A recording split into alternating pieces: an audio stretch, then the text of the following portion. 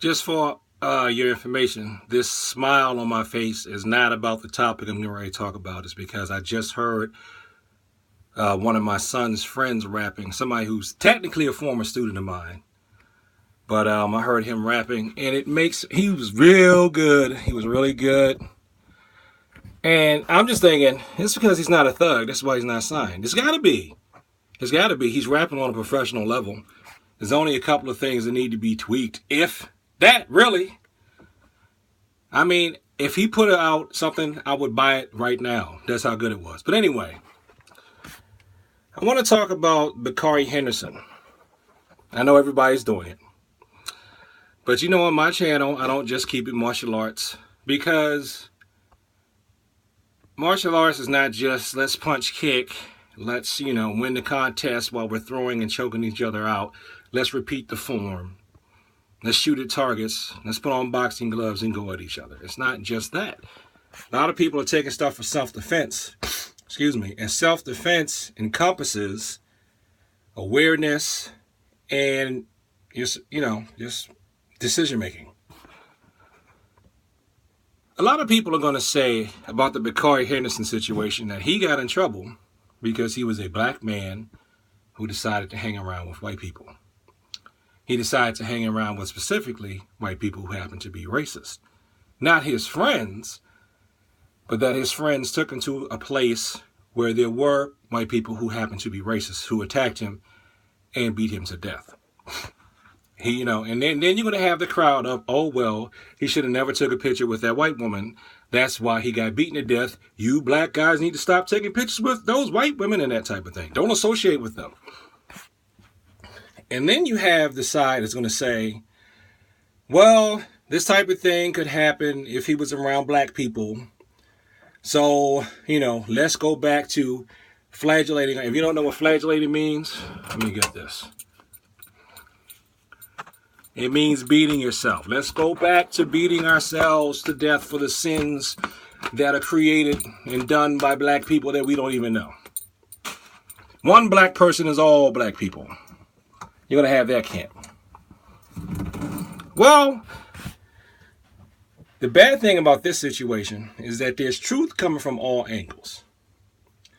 I've been through all phases of thought in my lifetime about a situation like this. So I'm going to give the conclusion that I've come to and put it in a martial arts perspective. The main big key word is awareness. You have to be aware of your surroundings at all times. It's not just who's there, where it is, but moment to moment, pay attention to the type of expressions that people have on their face. Get your gut check together. See if you have a feeling for some reason that something's not right. I'm going to tell you. One problem you can have is somebody may look okay, but your gut still tells you that something is off about them. Or you just don't feel comfortable with them for some reason. They don't stay there. Matter of fact, I tell people, if they're looking at me for lessons, if I sense that they don't feel comfortable with me for some reason, and I feel as though I'm not a dangerous instructor, a couple of people I've told, you don't really seem like you feel comfortable with me, so you really should train somewhere else. Really, you really should. If you don't feel comfortable, you should go somewhere else. And that doesn't just apply to martial arts lessons. You go in a building, you don't feel comfortable, you should go somewhere else. You should. As long as you can, go. You have freedom of movement. Please do that. People are going to say that, let me start with how they're going to blame his friends. They're going to say his white friends, they didn't try to save him from those evil white people. So they are weak white men who did not save him.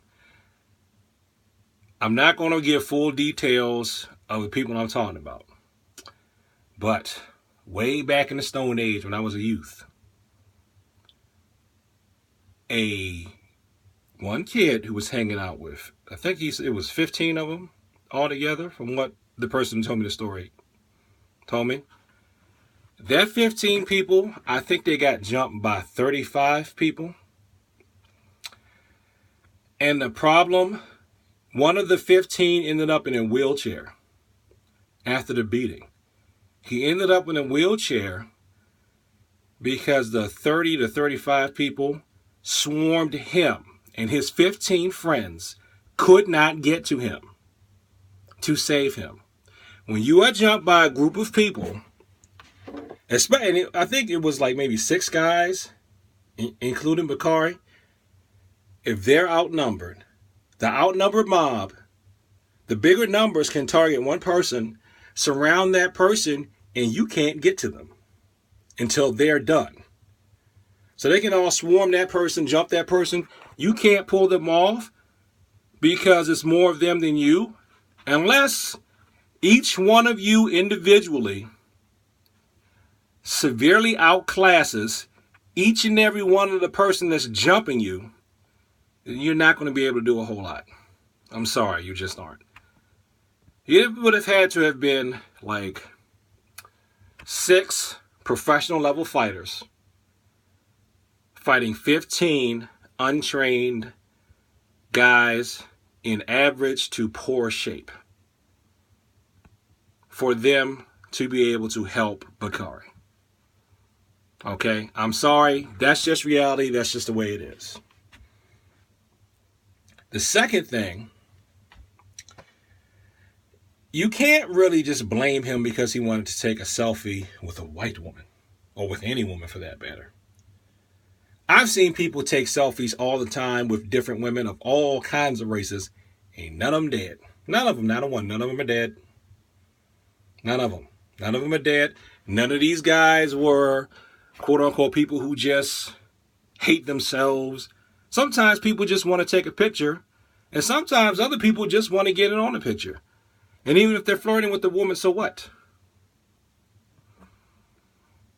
I've seen people take plenty of pictures with selfies and they're still alive.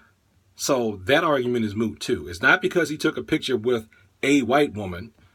It's because he happened to take a picture with someone who was associated with someone who was violent, and that person ended up attacking Bakari Henderson. So stop it with that stuff. No. The only thing I would advise you to do, if we can learn anything from this tragedy, is just don't take selfies. And a lot of people want to say that's overreacting and ridiculous. That's really the only thing that would absolutely prevent that. Other than the adage that people like to give out, especially after we get older and our hormones have calmed down, is don't go to bars.